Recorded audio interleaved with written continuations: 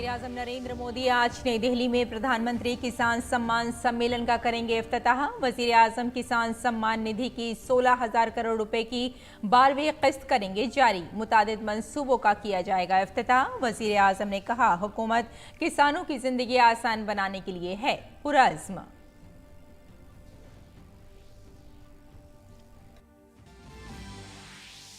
वज़ीर-ए-आज़म आज गुजरात में वर्चुअल मीडियम से प्रधानमंत्री जन आरोग्य योजना मुख्यमंत्री अमृतम आयुष्मान कार्ड की तकसीम का करेंगे आगाज। मंसूबे के तहत पूरे गुजरात में 50 लाख इस्तिफादा कुनंदगान को फराहम किए जाएंगे कार्ड।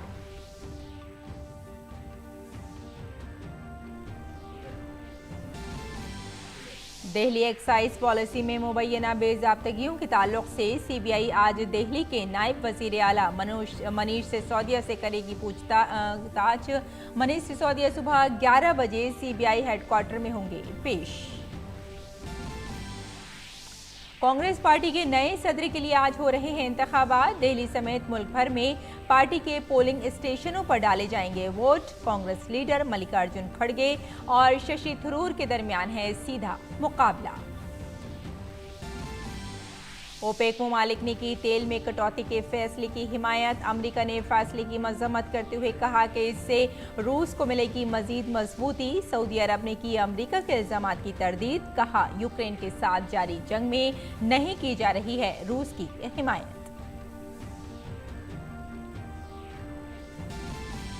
आईसीसी टी20 वर्ल्ड कप के क्वालिफाइंग राउंड में आज होंगे 2 मैच। वेस्टइंडीज का मुकाबला स्कॉटलैंड से तो दूसरे मैच में आयरलैंड और जिम्बाब्वे होंगे आमने सामने।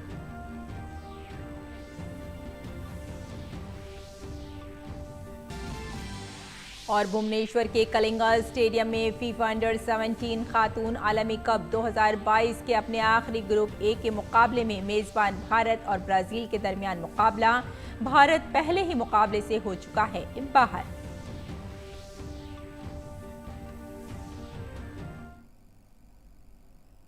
आदाब नाज़रीन, खबरनामे में आपका इस्तकबाल है। मैं हूं आपके साथ रेशमा फारूकी। आइए तफसील से अब खबरों पर नजर डाल लेते हैं।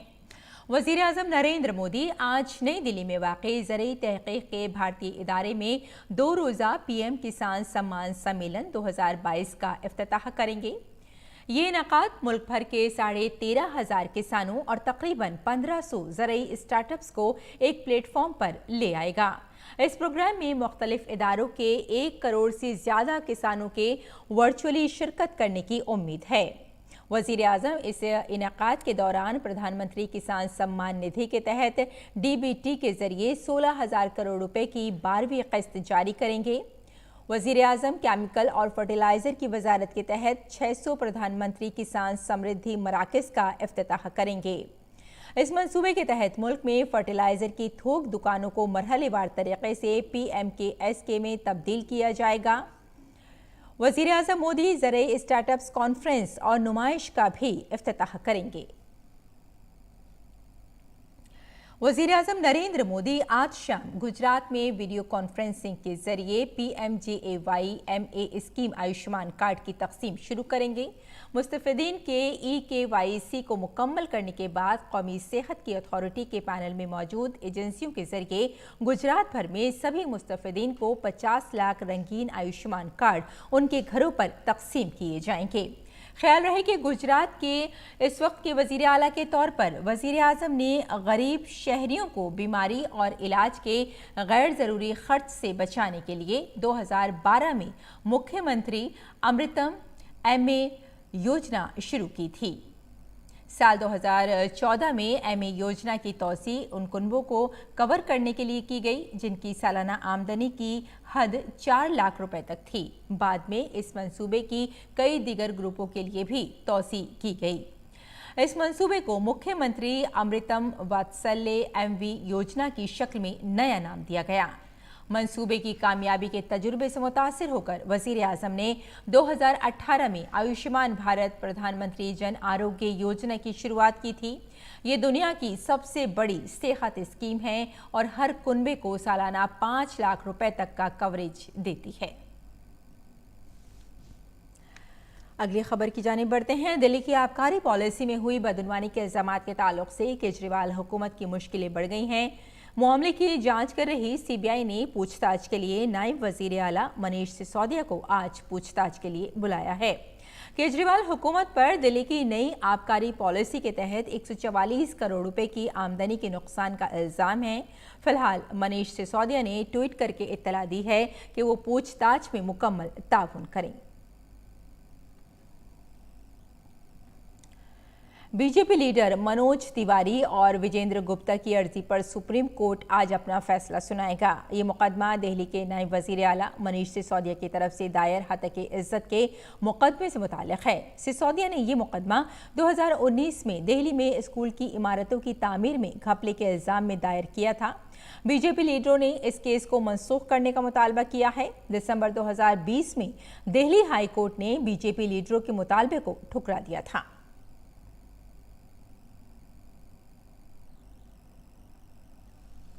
कांग्रेस की सदारती ओहदे के इंतखाब के लिए आज वोट डाले जाएंगे। पार्टी के इंतखाबी इंचार्ज मधुसूदन मिस्त्री ने बताया कि सभी रियासतों के नुमाइंदे अपने अपने पोलिंग मराकज पर सुबह 10 बजे से शाम 4 बजे के दरमियान वोट डाल सकेंगे। मंगल को बैलेट बॉक्स दिल्ली पहुंचेंगे और बुध को वोटों की गिनती होगी। कांग्रेस की अबूरी सदर सोनिया गांधी और साबिक वजीर आजम मनमोहन सिंह दिल्ली में पार्टी दफ्तर पर वोट डालेंगे। दूसरी जानिब भारत जोड़ो यात्रा पर निकले पार्टी के मेंबर पार्लियामेंट राहुल गांधी के लिए सफर के दौरान ही बूथ बनाया जाएगा। कांग्रेस लीडर मल्लिकार्जुन खड़गे और शशि थरूर के दरमियान रास्त मुकाबला है। बीजेपी ने हिमाचल प्रदेश असेंबली इंतखाबात के पेश नज़र पार्टी के उम्मीदवारों के इंतखाब के लिए बीजेपी कोर ग्रुप की मीटिंग तलब की। दिल्ली में आज होने वाली इस मीटिंग में बीजेपी उम्मीदवारों के नाम तय करेगी, जिसे मरकजी इंतखाबी कमेटी के सामने रखा जाएगा। इस मीटिंग में पार्टी सदर जेपी नड्डा, वजीर दाखिला अमित शाह समेत हिमाचल प्रदेश के वजीर आला जयराम ठाकुर, रियासती बीजेपी के सदर समेत बड़े लीडर शामिल होंगे। ख्याल रहे कि बीजेपी आइंदा 2-3 रोज में उम्मीदवारों के इंतखाब का अमल मुकम्मल कर लेना चाहती है।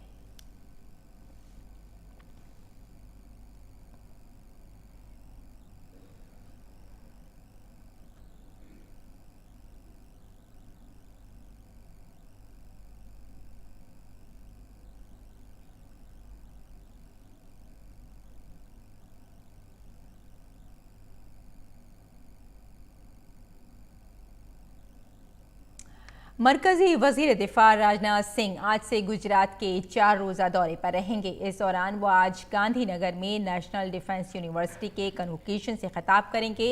इसके अलावा वजीर दिफा मोदी एट 20 किताब के गुजराती तर्जुमे की रुनुमाई तकरीब में भी शिरकत करेंगे। इसके अलावा राजनाथ सिंह गुजरात में डिफेंस एक्सपो 2022 के कर्टन रेजर इवेंट में भी हिस्सा लेंगे।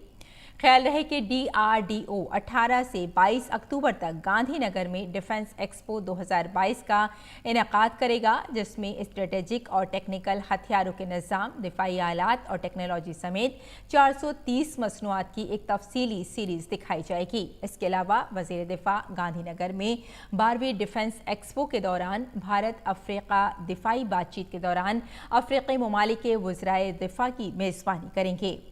इस बातचीत का मौजू India Africa adopting strategy for sunrising and strengthening defence and security cooperation है।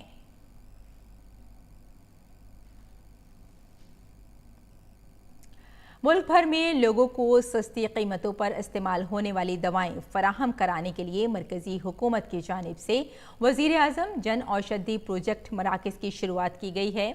इन मराकज़ पर जेनेरिक दवाएं ब्रांडेड दवाओं की कीमत के मुकाबले में 60 से 90% तक कम कीमतों पर फराहम कराई जाती हैं। छत्तीसगढ़ 223 जन औषधि मराकज़ खोले गए, लेकिन रियासती हुकूमत के मुकाबले गुज़िश्ता 2-3 साल में इनमें से 100 से ज़्यादा स्टोर में ताले लग चुके हैं।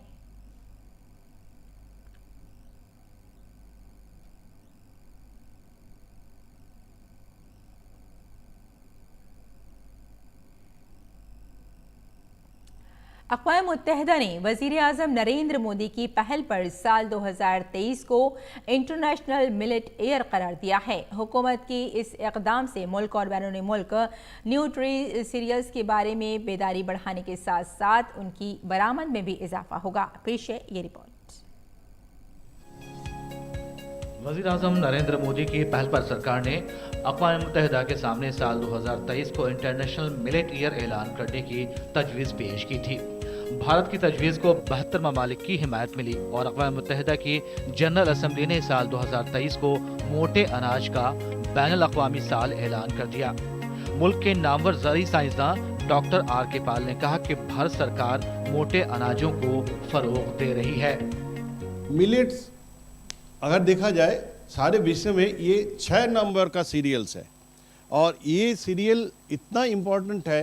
बहुत तरह तरह का मिलेट होता है, जैसे कि पार्ल मिलेट है, फिंगर मिलेट है, फॉक्सटेल मिलेट है और ये मिलेट एक्चुअली ये पावर हाउस ऑफ न्यूट्रिएंट्स है। Doctor R.K. पाल ने कहा कि इन मुक़व्वी अनाजों की पैदावार, कीमत में इजाफा, खपत, बरामद, ब्रांडिंग वगैरह को फरोग देने के लाहे अमल पर मरकूज प्रोग्राम मुनक़िद किए जा रहे हैं, जिससे किसानों को फ़ायदा होगा।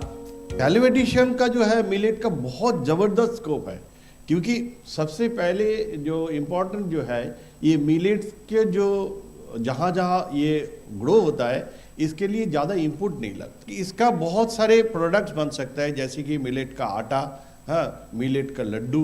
मुल्क में मुक़व्वी अनाजों के बढ़ते इस्तेमाल और बेदारी से लोग भी काफ़ी खुश हैं।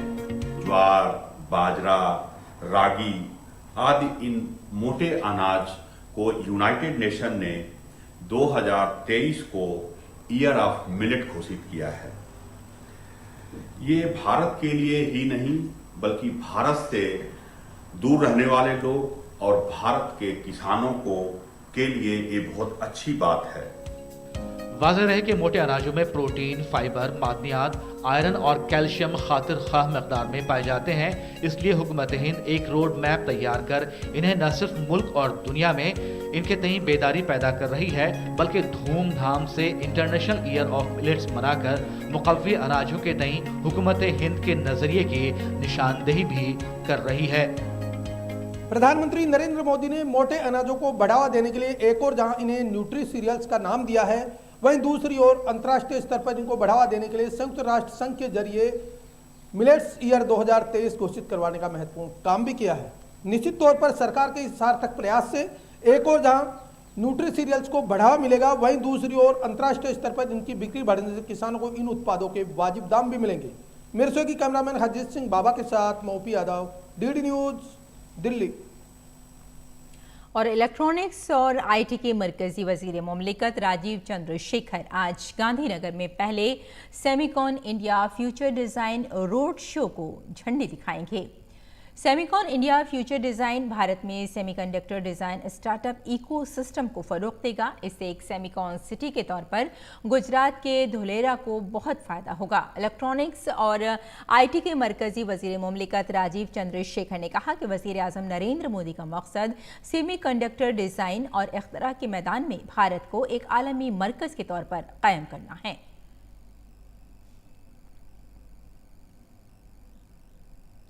मिस्र के दौरे पर गए वजीर खारजा डॉक्टर S जयशंकर ने कल काहिरा में सदर अब्दुल फतेह अल सीसी से मुलाकात की। दोनों लीडरों के दरमियान हुई मीटिंग में बाहमी ताउन को मजबूत करने पर बात हुई। इस मौके पर वजीर खारजा ने सदर अल सीसी को वजीर आजम मोदी का पैगाम भी सौंपा। मिस्र के सदर ने भारत और मिस्र के दरमियान बाहमी तिजारत को मजीद बढ़ाने पर जोर दिया। वजीर खारजा ने भारत मिस्र तिजारती प्लेटफॉर्म की मीटिंग से भी खिताब किया। Just heard our two colleagues who spoke referring to a trade turnover of $7.2 billion. President Sisi told me he doesn't think it's enough. So he urged us saying find ways of increasing it. And I know that is the thinking of my Prime Minister as well. Now one obvious way of doing so is to really focus on the impediments that we may have to expanding business. OPEC के रुकन मुमालिक ने इस महीने से तेल की तखफीफ के फैसले की हिमायत करने पर इत्तेफाक जाहिर किया है, जबकि अमरीका ने सऊदी अरब को हदफ तनकीद बनाया है। अमरीका ने रियाज पर कुछ दीगर मुमालिक को इस कदम की हिमायत करने के लिए मजबूर करने का इल्ज़ाम आयद किया है। अमरीका के मुताबिक इस कटौती से रूस मजीद मजबूत तय मिलेगी। इसके अलावा अमेरिका ने ओपेक के जरिए किए गए फैसले को सऊदी अरब की सियासी मंशा करार दिया है। वहीं सऊदी अरब ने अमेरिका के इल्जामात की तरदीद करते हुए वाज़ेह किया कि वो यूक्रेन पर हमले में मॉस्को की हिमायत नहीं करता। सऊदी बादशाह सलमान बिन अब्दुल अजीज ने कहा कि ओपेक प्लस इत्तेहाद तेल बाजारों में इस्तेहकाम और तवाज़ुन की हिमायत करने के लिए सख्त मेहनत कर रहा है।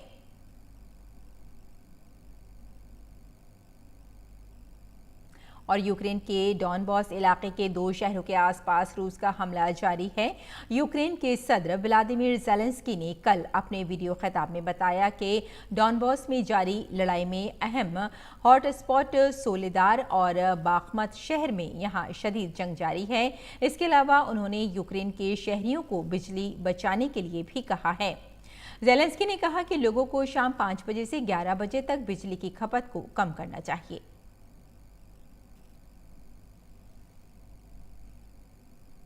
तुर्की के वजीर दिफा हुलूसी आकार और यूक्रेन के इंफ्रास्ट्रक्चर के वजीर अलेक्जेंडर कोबाकू ने इस्तांबुल में वाक़ जॉइंट कोऑर्डिनेशन मरकज़ का दौरा किया और उन्हें बहरे अस्वद अनाज पर बरामद पहल के बारे में बताया। जॉइंट कोऑर्डिनेशन मरकज़ में एक प्रेस कॉन्फ्रेंस में बोलते हुए हुलूसी आकार ने कहा कि जुलाई में अक़वाम मुत्तहिदा की सालसी के बाद से अब तक कुल 345 जहाज़ों ने यूक्रेन की बंदरगाहों से 7,700,000 टन अनाज पहुंचाया है। यूक्रेनी इंफ्रास्ट्रक्चर के वजीर ने कहा कि ये बरामदात पहले जारी रहनी चाहिए।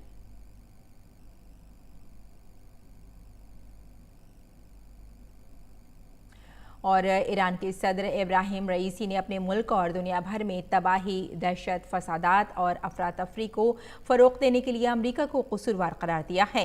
उन्होंने कहा कि ईरान के साथ होने वाली हर खुशी या अच्छाई से अमेरिका नाराज़ और परेशान है। उन्होंने जौहरी मुआहदे की नाकामी का भी अमेरिका को जिम्मेदार ठहराया। इसके अलावा ईरानी सदर ने इंसानी हुकूक़ पर दोहरा रवैया अपनाने के लिए मगरबी ममालिक की मज़म्मत भी की। ख्याल रहे कि गुज़िश्ता 4 हफ्तों से ईरान में ख़वातीन की हालत के मसले पर जारी एहतिजाज ने मुल्क को हिलाकर रख दिया है।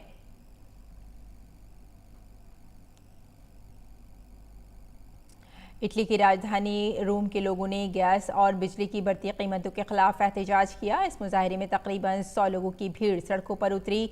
मुजाहिरीन बिजली की कीमतों के असर से बचने के लिए बिलों में कमी, तनख्वाहों में इजाफा और ज़्यादा समाजी फ़ायदे का मुतालबा कर रहे थे। यूक्रेन में जंग की वजह से बिजली की ऊंची कीमतों ने पूरे यूरोप में तवानाई का बहरान पैदा कर दिया है। सार्फिन और कारोबारियों के लिए बिजली की बढ़ती लागत को कम करने का दबाव यूरोप की तमाम हुकूमतों पर है।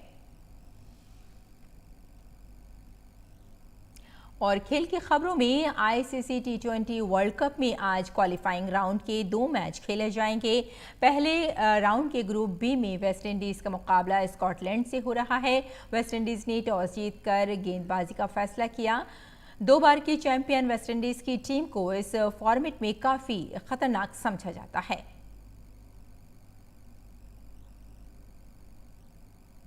दिन के दूसरे मैच में जिम्बाब्वे का मुकाबला आयरलैंड से होगा। ये मैच हो हार्ट्स में खेला जाएगा। दोनों टीमें T20 वर्ल्ड कप की तारीख में अब तक कुछ खास नहीं कर पाई हैं। जिम्बाब्वे पर ये मैच जीतकर वर्ल्ड कप के मेन राउंड में जगह बनाने के अपने इम्कानात को मजबूत बनाने की पूरी कोशिश करेगा।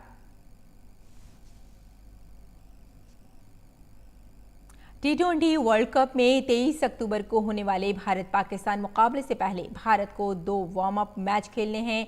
आज पहले मुकाबले में टीम इंडिया दिफाई चैंपियन ऑस्ट्रेलिया के खिलाफ मुकाबला खेलेगी। इस मरतबा ये देखना दिलचस्प होगा कि टीम में जसप्रीत बुमराह की जगह शामिल किए गए मोहम्मद शमी किस तरह की कारकर्दगी का मुजाहरा करते हैं।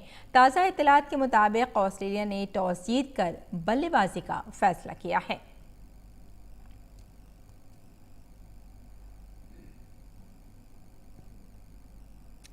FIFA under 17 women's world cup 2022 के ग्रुप ए के अपने आखिरी मैच में भारत का मुकाबला आज भुवनेश्वर के कलिंगा स्टेडियम में ब्राजील से होगा। मैच भारतीय वक्त के मुताबिक रात 8 बजे शुरू होगा। भारत पहले ही वर्ल्ड कप से बाहर हो चुका है।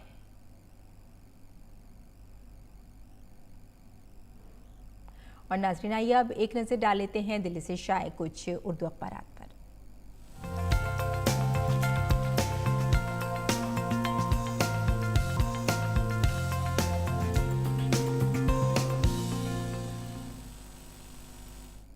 अखबारात के जायजे में सबसे पहले नजर डाल लेते हैं रोजनामा हमारा समाज पर।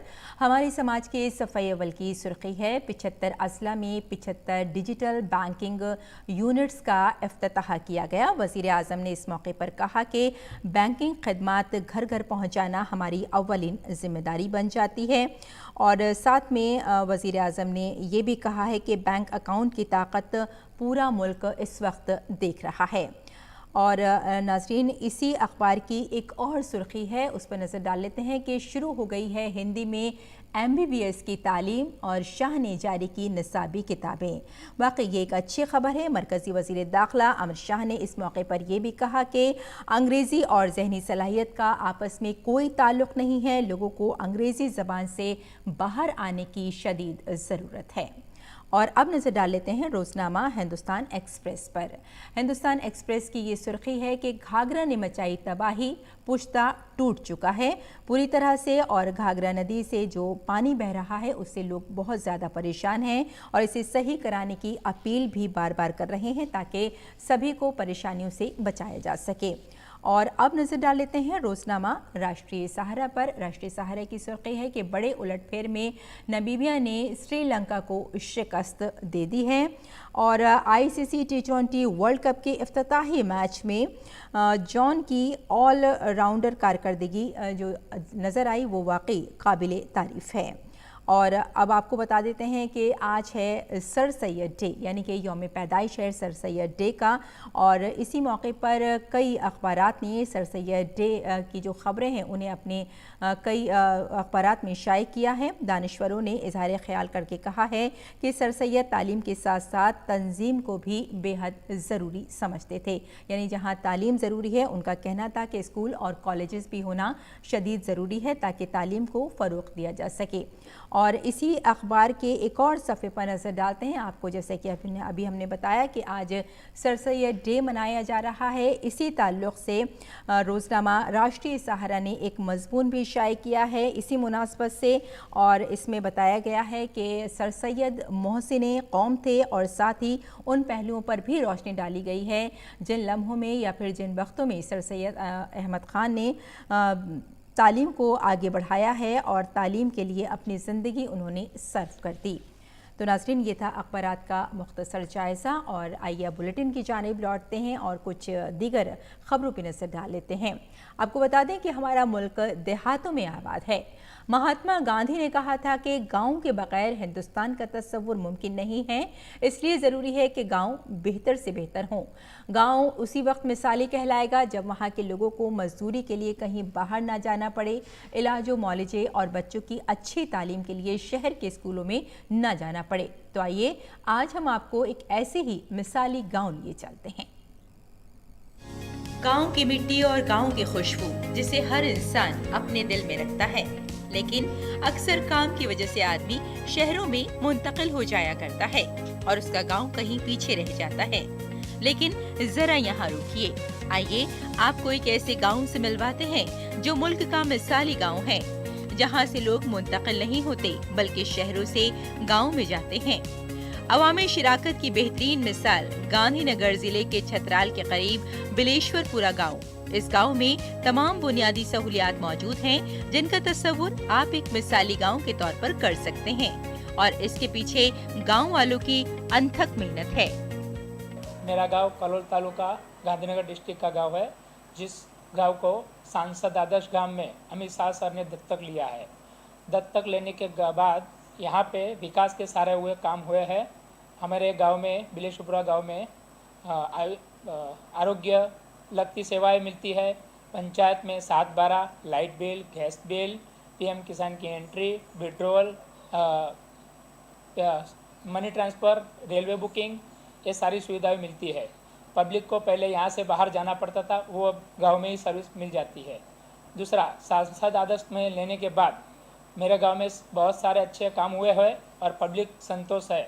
सांसद आदर्श में अमित शाह सर ने दत्तक लेने के बाद मेरे गांव में जो काम नहीं हो रहे थे वो दत्तक लेने के बाद स्पीड में काम हो गए हैं। कहते हैं कि बुनियादी सहूलियात इंसान के मेयारे जिंदगी को बेहतर बनाने के लिए काम करती हैं और ये गांव न सिर्फ बुनियादी सहूलतों से आरास्ता है बल्कि दीगर बहुत सी सहूलियात की वजह से अपनी पहचान बनाने में ये गांव कामयाब रहा है। गांव वालों के जज्बे को देखते हुए इंतजामिया ने भी ताउन किया और साथ में पक्की सड़कें बनवाई, वाटर हार्वेस्टिंग का काम किया। हर जगह पानी, घर, बच्चों के लिए anganwadi, school, health centre, library, street lights और सीसीटीवी कैमरे, सफाई पर खुसूसी तवज्जो दी गई। मैं 28 साल से इस बिलेसोपुरा गांव में रहती हूँ। इधर पूरी साली सगवड़े खूब सरस है। यहाँ की सीसीटीवी कैमरा, रास्ता, पानी की फुल गटर लाइन, सब कुछ यहाँ बिल्कुल सरस है। ऐसा कि ऐसा लग रहा है कि हम शहर में रहते हैं। जब से अमित शाह ने हमारा गांव दत्तक लिया है, तब से फूल सगवड़ सब कुछ सही चल रहा है। वाकई कहा जा सकता है कि अवामी शिराकतदारी की बेहतरीन मिसाल है बिलेश्वर गांव। Bureau report, DD news Urdu खबरें। के मौसम का मिजाज।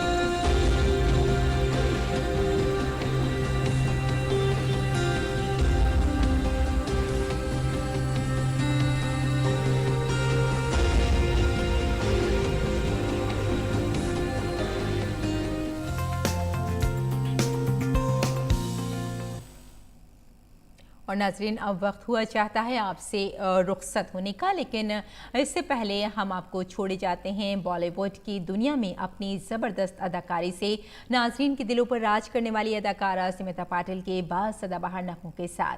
आज उनका यौम पैदाइश है, आप उनसे महसूस हों और हमें यही इजाज़त दें। आदाब।